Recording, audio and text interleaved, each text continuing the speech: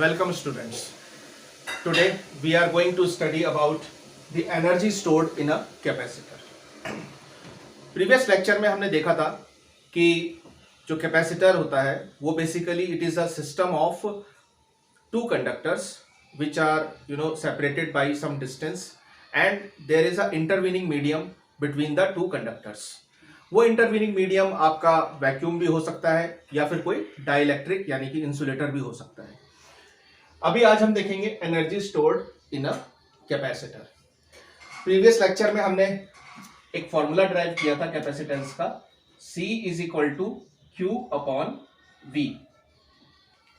साथ ही हमने देखा था कि पैरेलल प्लेट जो हमारा कैपेसिटर होता है उसका कैपेसिटेंस का फॉर्मूला होता है epsilon naught A upon D. इसमें जो एप्सिलॉन नॉट है वो परमिटिविटी है फ्री स्पेस की, A area of the plates है and D is the gap between the two plates. चलिए आज स्टार्ट करते हैं energy stored in a capacitor. यहां पर हमने एक फिगर ड्रॉ किया है.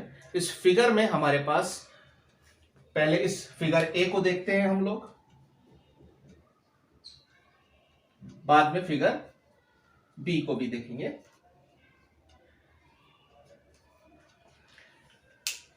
स्टूडेंट्स, फिगर ए में हमारे पास कैपेसिटर की दो प्लेट्स हैं. प्लेट्स ये मेटल प्लेट्स होती हैं जो कि कंडक्टर होता है. एक प्लेट को हम बोलेंगे प्लेट नंबर 1, दूसरी प्लेट को हम बोलेंगे प्लेट नंबर 2. दोनों प्लेट्स हमारी अनचार्ज्ड हैं. इन प्लेट्स पे अभी initially there is no charge on both the plates. अभी हम क्या करेंगे, we will start transferring positive charge from plate number 2 to plate number 1.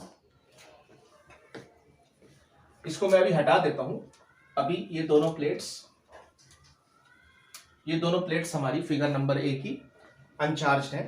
अब हमने पॉजिटिव चार्ज ट्रांसफर करना शुरू कर दिया प्लेट नंबर 2 से प्लेट नंबर 1 पे.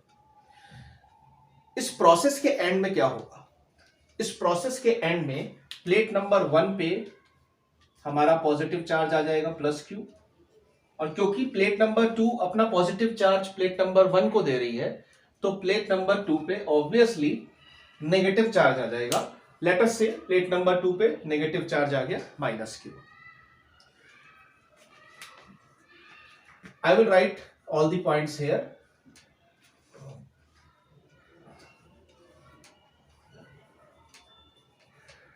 We will write initially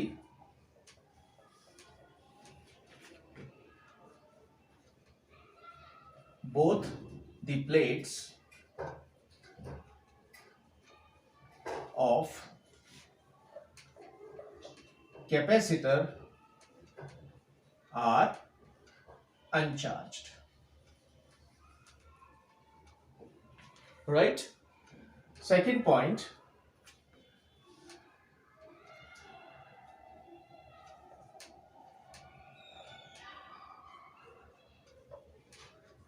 we will start transferring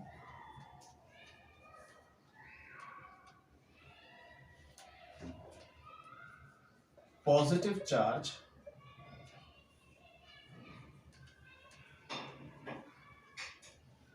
from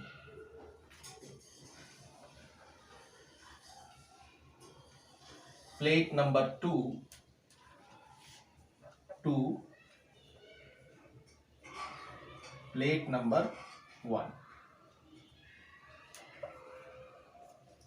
At the end of this process,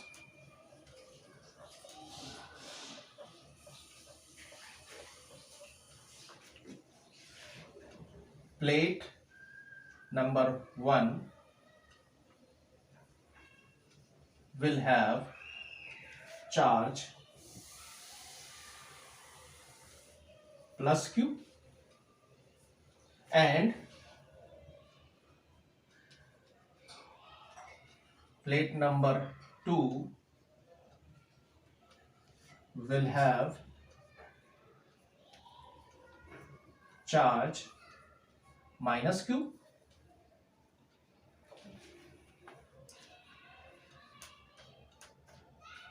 Students, let us now consider an intermediate situation. एक बीच की सिचुएशन को हम कंसिडर करते हैं. प्रोसेस स्टार्ट हुआ, plate number 2 से charge transfer होता है प्लेट नंबर 1 पे.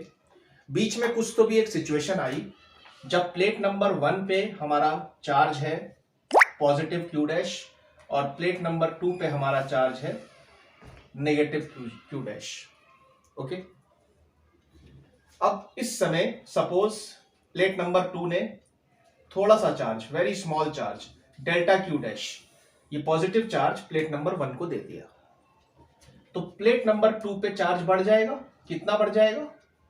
पॉजिटिव चार्ज बढ़ गया, क्योंकि कुछ small positive charge delta Q dash plate number 2 ने प्लेट नंबर 1 को दे दिया, ट्रांसफर कर दिया. प्लेट नंबर 2 पे थोड़ा सा चार्ज रिड्यूस हो जाएगा, इसमें से माइनस कर देते हैं delta Q dash. Okay, let us consider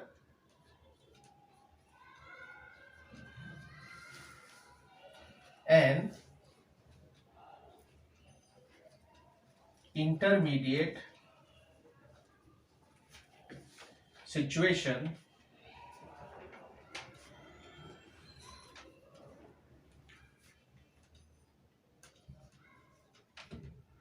where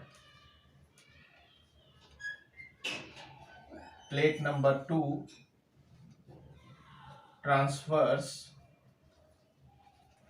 very small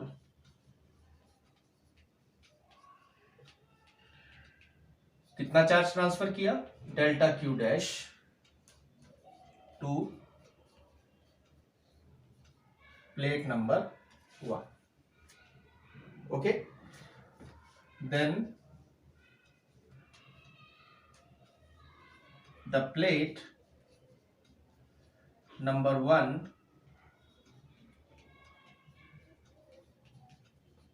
will have कितना चार्ज हो जाएगा? Q dash plus delta Q dash charge, and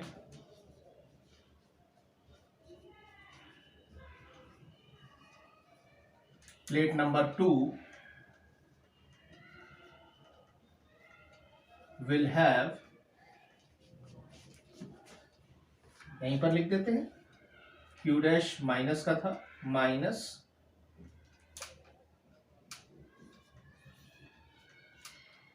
delta Q dash charge. You can note all these 4 points.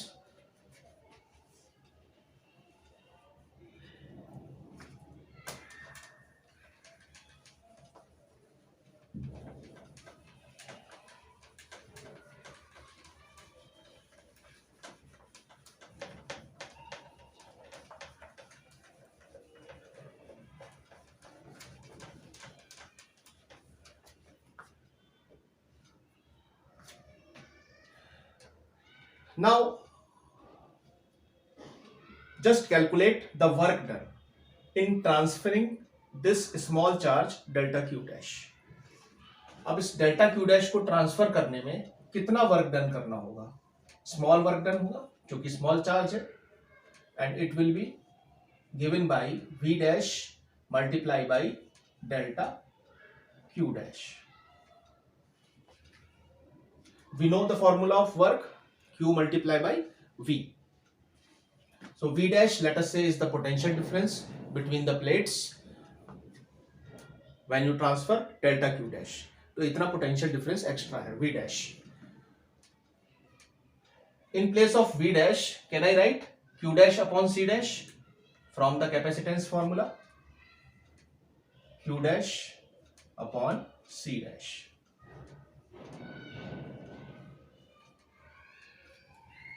Right?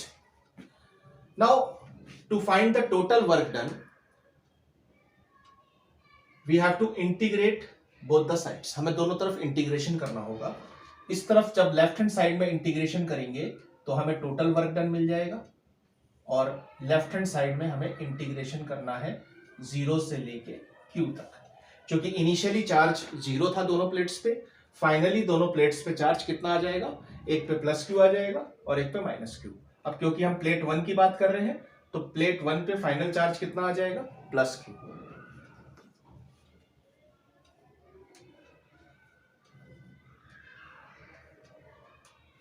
यहां पे C dash constant है, capacitance का जो value होता है किसी भी कैपेसिटर का वो कांस्टेंट होता है। तो हम कैपेसिटेंस को पहले आउट ऑफ द इंटीग्रेशन ले लेते हैं।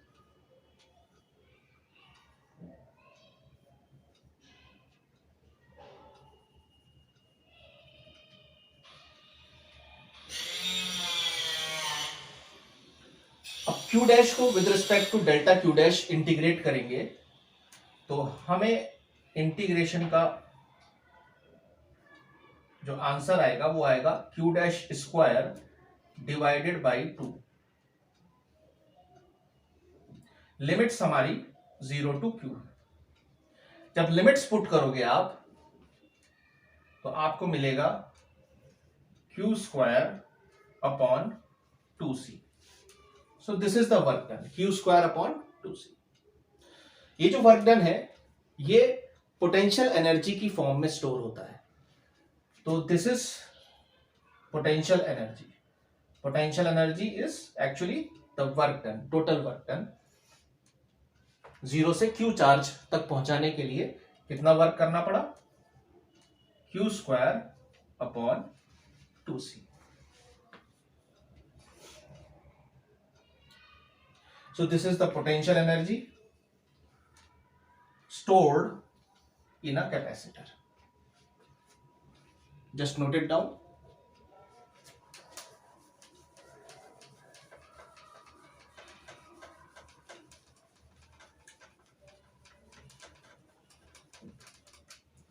Students, we know that the electric field of the plate of conductor is given by sigma upon epsilon naught, where sigma is charge per unit area.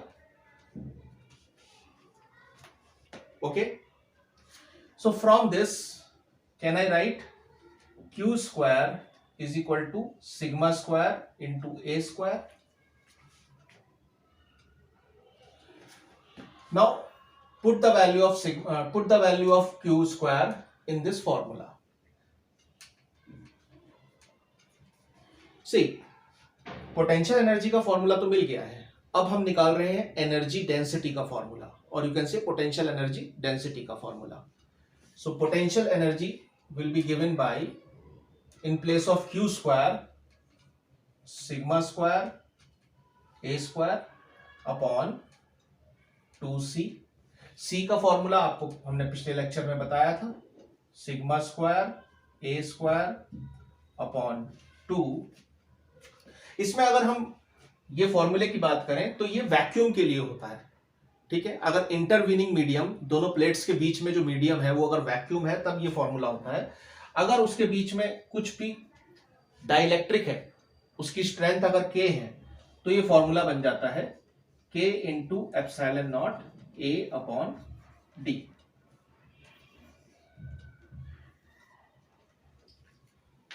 Right, तो अभी हम vacuum consider करके चल रहे हैं, तो यहां पर c की वैल्यू कितनी आ जाएगी, epsilon naught a upon d। Capacitance की वैल्यू हम यहां पे पुट कर देंगे। This will give you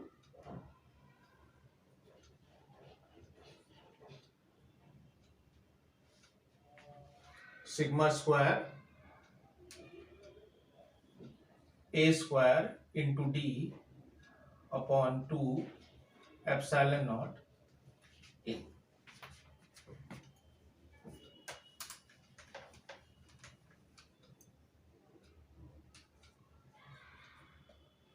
Now see, a and a will cancel, so this is equal to sigma square ad upon 2 epsilon naught।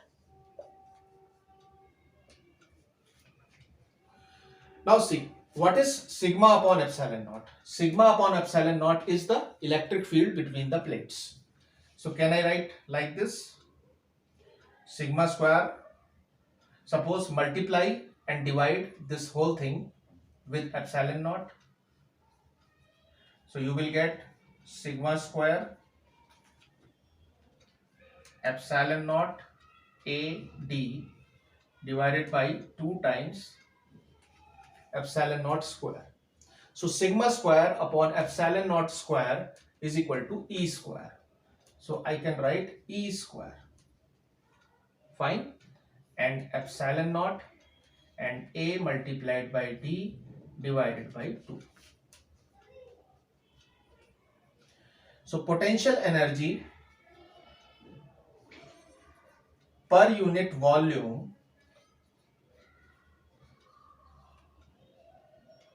जिसको कि हम स्मॉल p से डिनोट स्मॉल u से डिनोट करते हैं, potential energy per unit volume यानी कि energy density. देखिए area multiplied by distance, this whole thing a multiplied by d, this is actually volume. तो पर यूनिट वॉल्यूम हमारी potential energy कितनी हो जाएगी, ये एडी रिमूव कर देंगे. पर यूनिट वॉल्यूम पोटेंशियल एनर्जी हो जाएगी E square epsilon not upon 2, जिसको हम डिनोट करते हैं यू से. एनर्जी पर यूनिट वॉल्यूम कितना हो गया हमारा, epsilon not E square upon 2. इसी को हम बोलते हैं you is called energy density.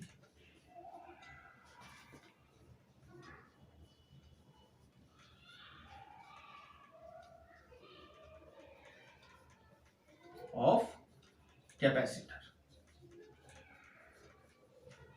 So U is, small u is called energy density of capacitor, right?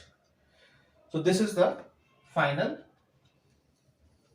formula for energy density of a capacitor, parallel plate capacitor. Note it down. Now we will see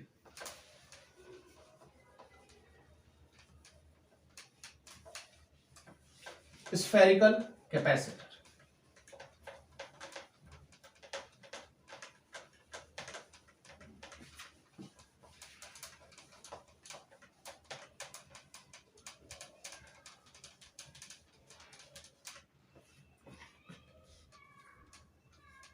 Capacitance of a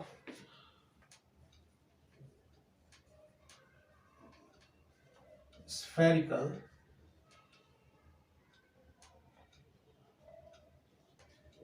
capacitor.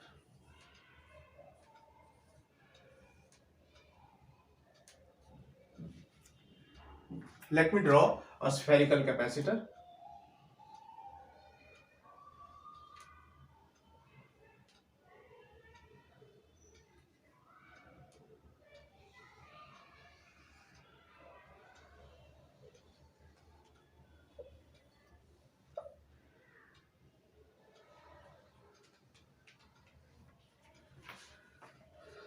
So this is your spherical capacitor.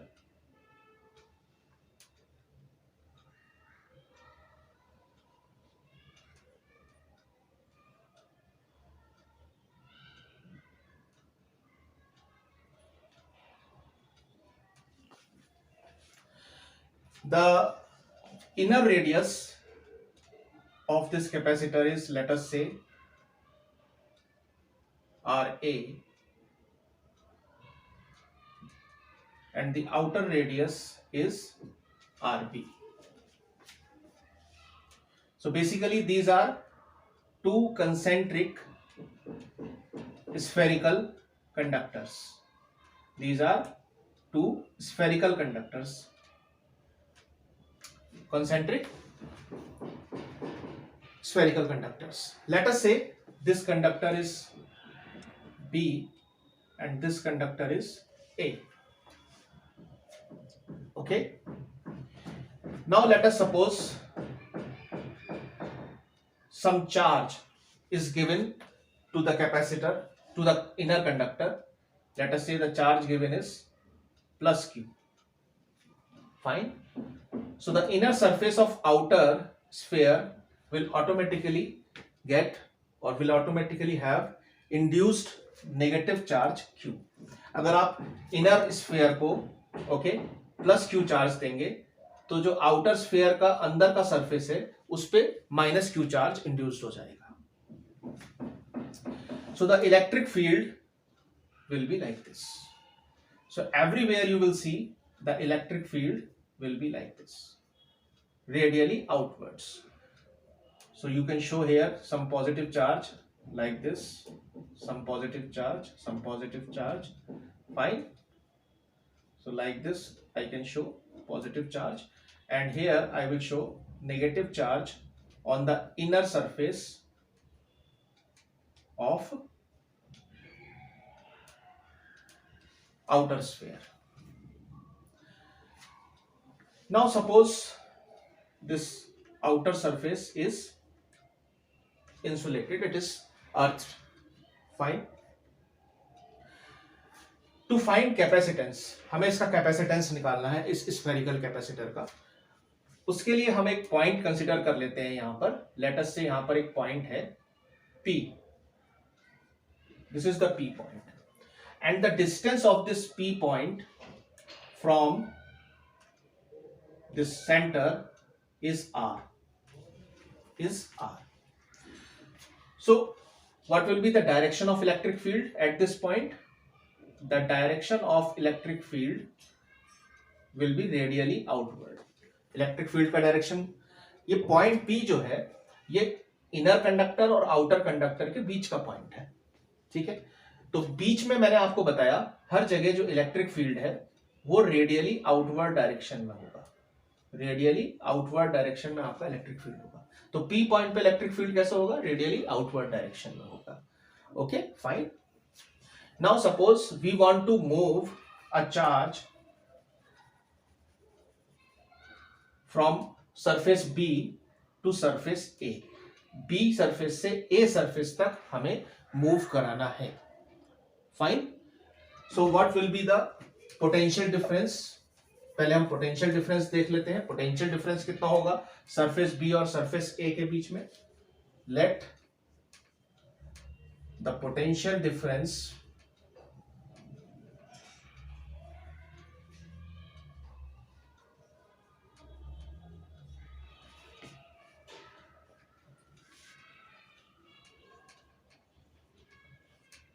in moving charge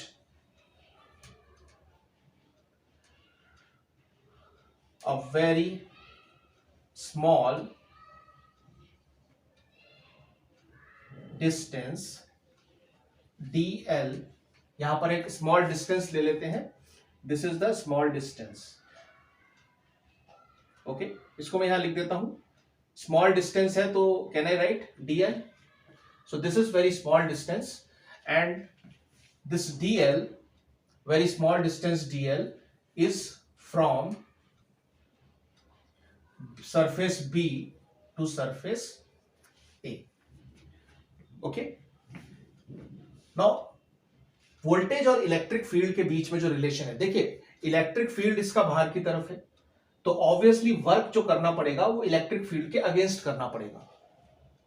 तो जो work हम electric field के against कर रहे हैं उस work को calculate करने के लिए first we will find the dV. This is the potential difference in moving. dV is the potential difference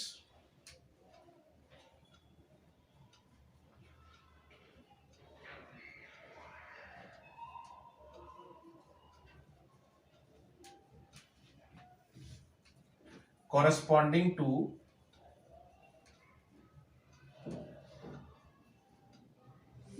distance, very small distance dl. तो स्मॉल डिस्टेंस dl ट्रेवल करने के लिए हमारा जो पोटेंशियल डिफरेंस आएगा वो dV आएगा. अब पोटेंशियल और इलेक्ट्रिक फील्ड का अगर हम रिलेशन देखें तो वो रिलेशन होता है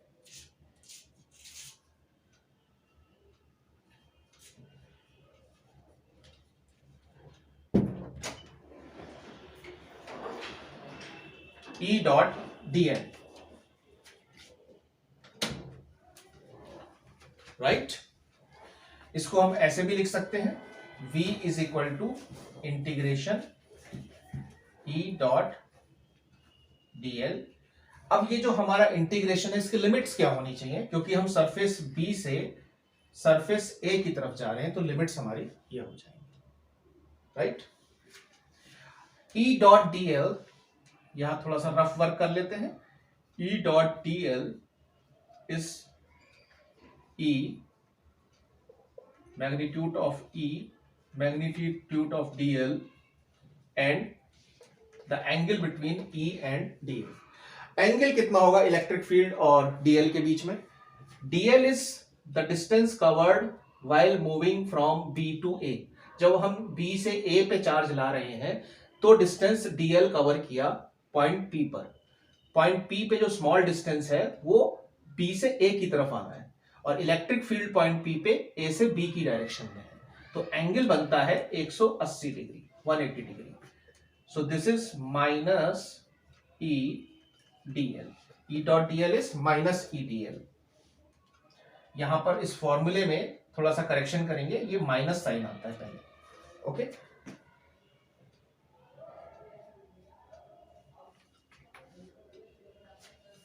सो this is equal to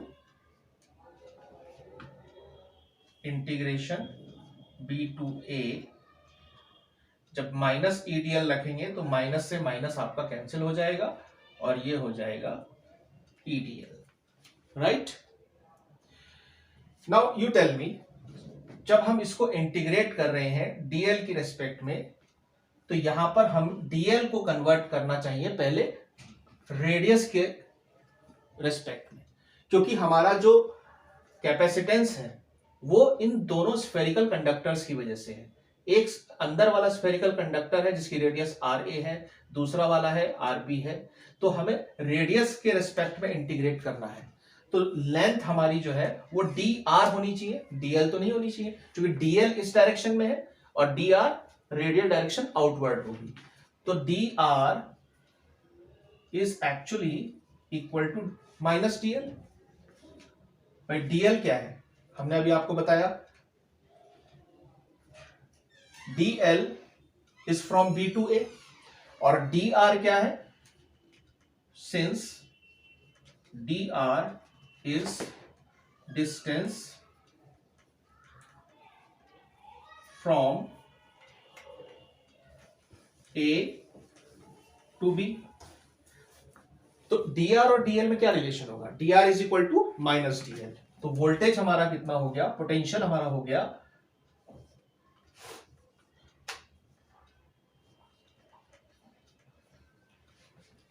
E dr, right.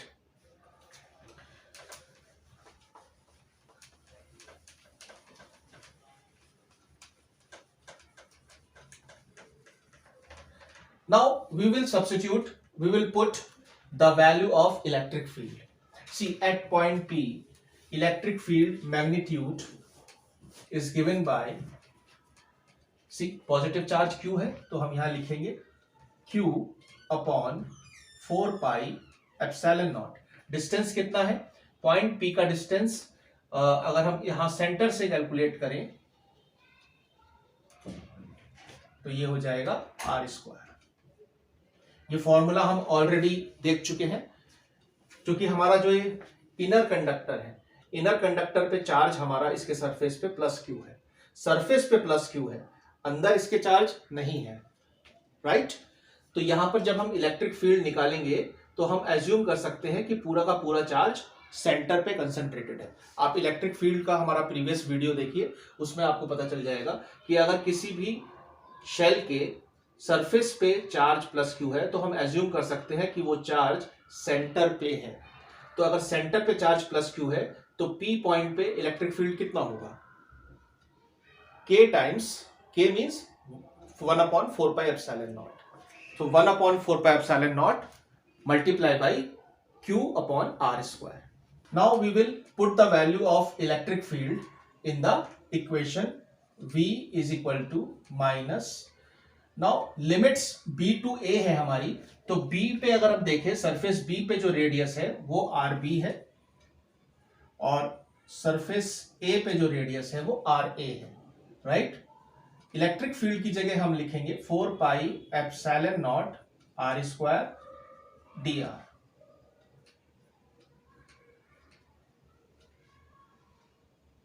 ये नेगेटिव साइन तो हमारा हट गया था। Now see Q upon 4 pi epsilon naught is constant. Integration RA limits RB 1 upon R square dr. जब आप इसको सॉल्व करेंगे so you will get minus 1 upon R and limits RA RB. Further जब आप इसको सॉल्व करेंगे so inside bracket you will get 1 upon R A minus 1 upon R B and finally potential हमें मिल गया है Q upon 4 pi epsilon naught multiply by R B minus R A upon RA RB. So this is the potential of this capacitor, spherical capacitor. एक बार potential मिल गया तो capacitance हम easily find out कर सकते हैं. See what will be the capacitance. C is given by Q divided by V. So Q यहां पर हमारा जो है वो स्मॉल q है और V कितना है हमारा, just put the value of V, Q multiplied by RB minus RA upon 4 pi epsilon not RA RB.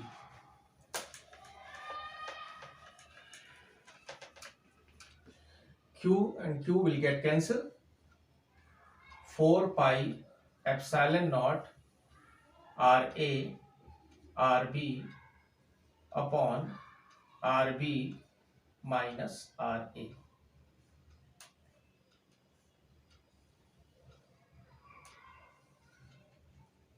So this is the final equation for capacitance of spherical conductor. Just note it down.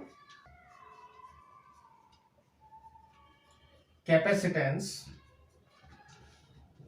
of an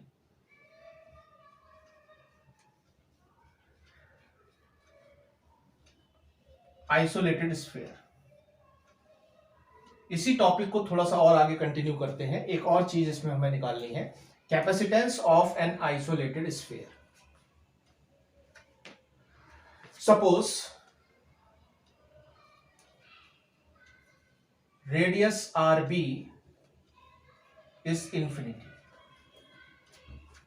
So there will be, अगर radius RB हमारी मतलब जो outer हमारा conductor है वो outer conductor inner conductor से बहुत दूर है, ये जो गैप है ये गैप इनफाइनाइट है. Outer conductor is very very far from the inner conductor, तो RB कितना हो जाएगा, infinity. In this case only one isolated charged sphere will be left. अगर हम ये एज्यूम कर लें कि आउटर कंडक्टर का रेडियस इनफाइनाइट है तो आपके पास सिर्फ क्या बचेगा, इनर स्फीयर बचेगा, इनर कंडक्टर बचेगा. Fine. RB is infinite. Put the value here of RB.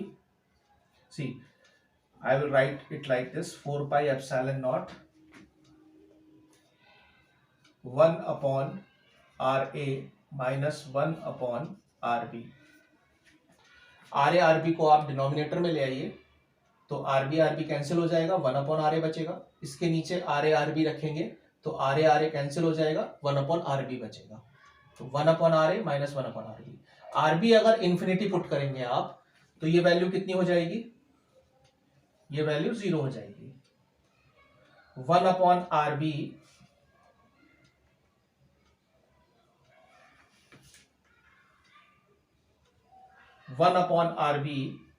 ये वैल्यू 0 हो जाएगी जब RB इनफाइनाइट होगा। So what will be the final value, 4πε0 into RA. So capacitance of isolated sphere is 4πε0 into radius of the sphere. इसके ऊपर काफी problems हमारे exams में आती हैं जिसमें आइसोलेटेड स्फीयर आपको दिया होता है। आइसोलेटेड स्फीयर के लिए just by heart this formula, capacitance is 4πε0 RA. Now let's see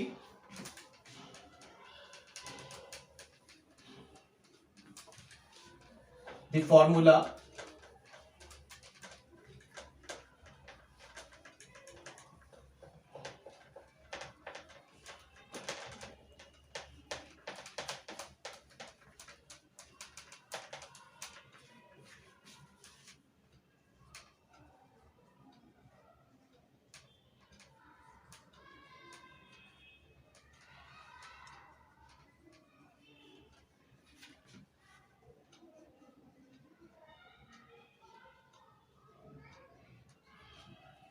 series combination of capacitors. So let us draw two capacitors. This one is C1, this one is C2. हमने दो capacitors ले लिए, दोनों series में है, parallel plate capacitors है। Parallel plate capacitor में दो पैरेलल प्लेट्स होती हैं, तो एक कैपेसिटर ये हो गया, दूसरा कैपेसिटर हमारा ये हो गया। सपोज इस कैपेसिटर को हमने कुछ बाहर से चार्जिंग दे दिया, बाहर से कुछ वोल्टेज दे दिया, यहां से हमने कुछ पोटेंशियल दे दिया, यहां हम लिख देते हैं वोल्टेज सोर्स।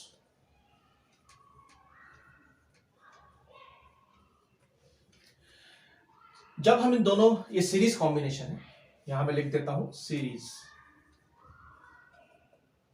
जब हम सीरीज कॉम्बिनेशन में कैपेसिटर्स को लगाते हैं और उसको चार्जिंग करते हैं थ्रू एक्सटर्नल सोर्स, तो जो सोर्स हमारा चार्ज देगा, लेट अस सपोज इसने चार्ज Q दे दिया, राइट? तो ये Q चार्ज हमारा दोनों कैपेसिटर्स पे चला जाएगा, इस तरह से चार्ज हमारा जाएगा। दोनों कैपेसिटर्स पे सेम अमाउंट ऑफ चार्ज जाएगा। इस कैपेसिटर पे जो चार्ज जाएगा हमारा वो Q आ जाएगा और इस कैपेसिटर पे भी Q आ जाएगा। क्योंकि चार्ज लेफ्ट साइड से जा रहा है और पॉजिटिव चार्ज है, तो लेफ्ट प्लेट पॉजिटिव हो जाएगी और राइट प्लेट नेगेटिव हो जाएगी।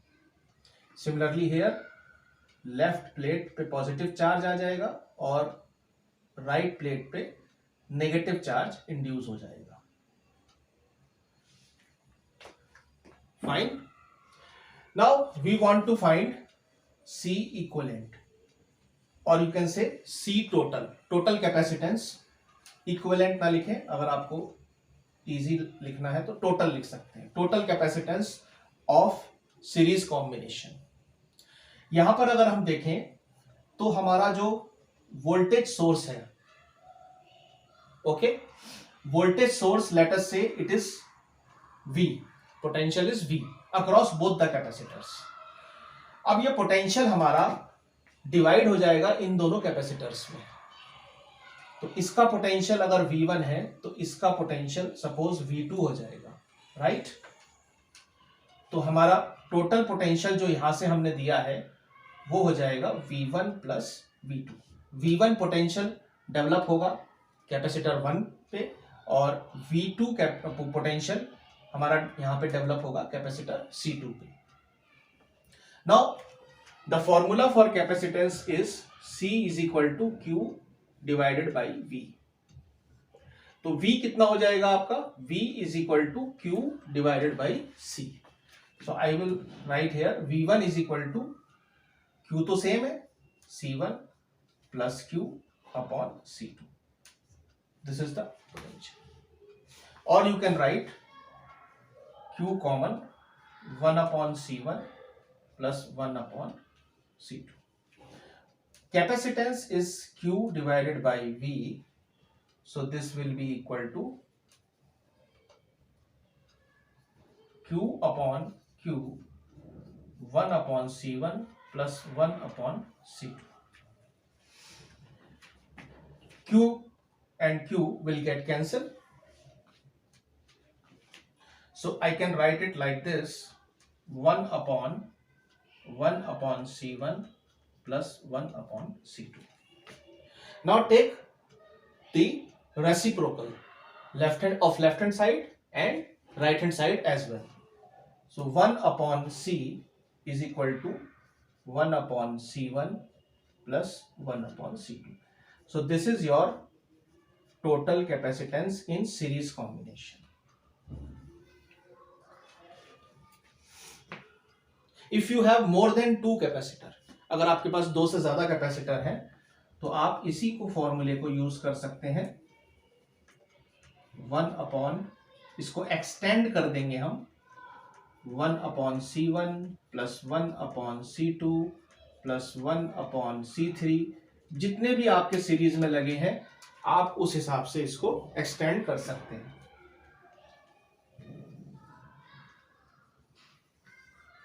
ये फॉर्मूला कुछ आपका सिमिलर है जैसे आपका पैरेलल में रेजिस्टेंस का फॉर्मूला होता है, पैरेलल कॉम्बिनेशन ऑफ रेजिस्टर्स, उसका फॉर्मूला भी कुछ इस तरह से होता है 1 upon R total is equal to 1 upon R1 plus 1 upon R2 plus 1 upon R3. Just note it down.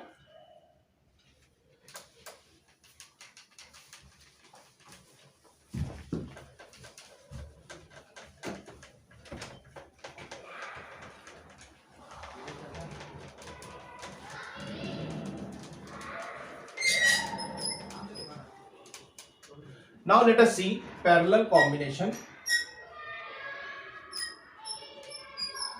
of capacitors. Suppose you have 2 capacitors which are in parallel. दोनों ही हमारे parallel plate capacitor हैं. Let us say this is C1 and this is C2. And suppose इन दोनों capacitors को, ये जो combination है इसको हमने कुछ एक्सटर्नल वोल्टेज पोटेंशियल सोर्स से या वोल्टेज सोर्स से हमने इसको कनेक्ट कर दिया. एक्सटर्नल वोल्टेज हमने कुछ दिया. Okay fine. कुछ हमने यहां से चार्ज दे दिया, वोल्टेज सोर्स कुछ हमारा चार्ज यहां पे दे रहा है. पैरेलल कॉम्बिनेशन है कैपेसिटर्स का. स्टूडेंट्स, अगर हम इन दोनों कैपेसिटर्स पे पोटेंशियल देखें तो क्या वो पोटेंशियल इस एक्सटर्नल पोटेंशियल के बराबर होगा कि नहीं होगा? Yes, it will be. So here the potential will be V and here the potential will be B, because both capacitors are directly connected with the voltage source. अगर C1 की बात करें तो C1 के दोनों एंड्स डायरेक्टली वोल्टेज सोर्स पे connected है और C2 के भी दोनों एंड्स डायरेक्टली मींस बीच में कोई और चीज नहीं आ रही है. So we can say this, इस पे जो चार्ज आएगा, लेट अस सपोज हमारा अब यहाँ पे चार्ज हमारा डिवाइड हो रहा है. ठीक है, यहाँ पे हमारा चार्ज डिवाइड हो रहा है. इस पे Q1 आ गया, इस पे Q2. क्योंकि यहां से चार्ज जब Q जाएगा तो कुछ चार्ज इधर चला जाएगा, कुछ चार्ज इधर चला जाएगा. It is a branch. 2 branches हैं तो दोनों ब्रांचेस में कुछ चार्ज हमारा चला जाएगा. So I can write Q is equal to Q1 plus Q2. Now from this formula C is equal to QV, I can write Q1 will be equal to C1V and Q2 will be equal to C2V. If you take V common, then your total charge will be V multiplied by C1 plus C2. What is the formula for capacitance? C is equal to Q divided by V. So I can write C is equal to, what is the value of Q? V multiplied by C1 plus C2 divided by V. V will get cancelled. So C total will be equal to C1 plus C2. So in parallel combination, the total capacitance will be C total is equal to C1 plus C2. अगर आपके पास दो से ज्यादा capacitors हैं तो आप इसको extend कर लेना, ठीक है, C1 plus C2 plus C3 plus so on. तो इट इज जस्ट लाइक जो आप सीरीज में इक्विवेलेंट रेजिस्टेंस कैलकुलेट करते थे, तो वहां पर आप टोटल रेजिस्टेंस जो है वो R1 plus R2 plus R3 plus and so on. Series में जब रेजिस्टेंस लगे होते हैं तो total resistance R1 plus R2 plus R3. Parallel में जब कैपेसिटेंस लगे होते हैं तो C टोटल हो जाता है C1 plus C2 plus C3. तो जस्ट रिवर्स है, मतलब ऑपोजिट है. जो रेजिस्टेंस के लिए फॉर्मूला यूज करते हैं जिस फैशन में, कैपेसिटेंस में उसका जस्ट रिवर्स हो जाता है. कैपेसिटेंस में जब पैरेलल में कैपेसिटर्स लगे होते हैं तो C टोटल आता है C1 plus C2 plus C3, और जब सीरीज में कैपेसिटर्स लगे होते हैं तो C टोटल आता है 1 upon C is equal to 1 upon C1 plus 1 upon C2 plus 1 upon C3 and so on. Thank you students, hope you liked the video, and if you like this then subscribe our channel for more such videos. Thank you.